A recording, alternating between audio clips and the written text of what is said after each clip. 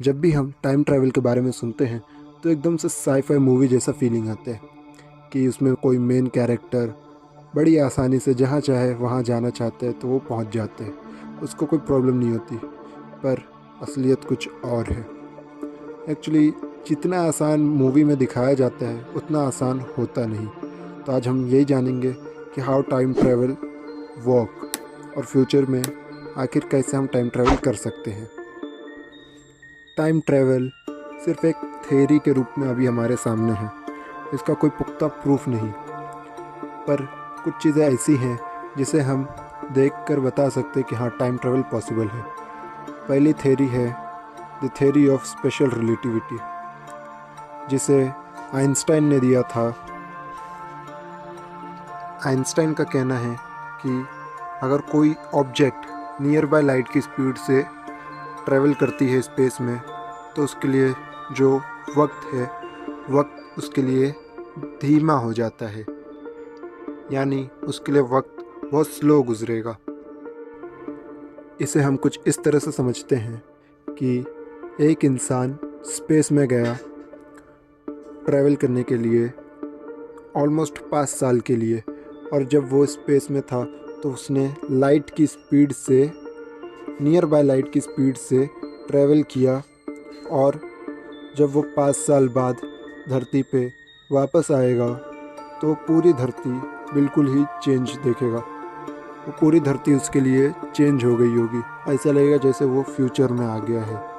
और अगर वहाँ पे वो किसी से पूछेगा कि ये कौन सा सन है तो उसे वो बंदा बताएगा कि ये 2100 है, अगर वो 2020 में गया होगा तो। कुछ साइंटिस्टों ने इसे प्रूव करके भी दिखाया। उन्होंने एक एक्सपेरिमेंट किया, 2 घड़ी को उन्होंने एक साथ लिए और दोनों घड़ी में सेम टाइम कर दिया, और एक घड़ी को एक एरोप्लेन में रख के उसे वर्ल्ड टूर करने भेज दिया। यानी उस प्लेन को पूरे वर्ल्ड का एक चक्कर लगा के वापस आना था। और जब वो प्लेन वापस आया तो साइंटिस्टों ने जो देखा वह देख के वो हैरान हो गए। उन्होंने देखा कि जो घड़ी उन्होंने प्लेन में रखी थी उसका टाइम कुछ सेकंड पीछे था, भले ये ना के बराबर था पर था। सेकंड थ्योरी है the theory of worm hole. इस थ्योरी का सिंपल सा मतलब है कि हम टाइम ट्रैवल कर सकते हैं, यानी हम वर्म होल के अंदर जाएंगे तो हम जहाँ से वापस एग्ज़िट होंगे तो वो हमारे लिए बिल्कुल ही अलग दुनिया होगी, यानी या तो वो पास्ट होगा या तो वो फ्यूचर।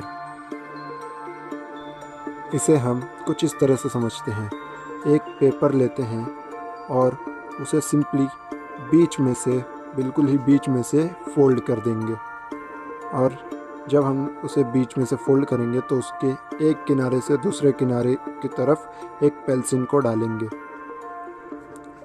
यानी जब हमने पेपर अनफोल्ड किया हुआ था तब पॉइंट ए से पॉइंट बी तक जाने में जो टाइम लग रहा था अब उससे कम टाइम लगेगा पॉइंट ए से पॉइंट बी तक जाने में, यानी हमने ये पूरा टाइम स्किप कर दिया। ये सेम चीज़ काम करती है वर्म होल पे भी।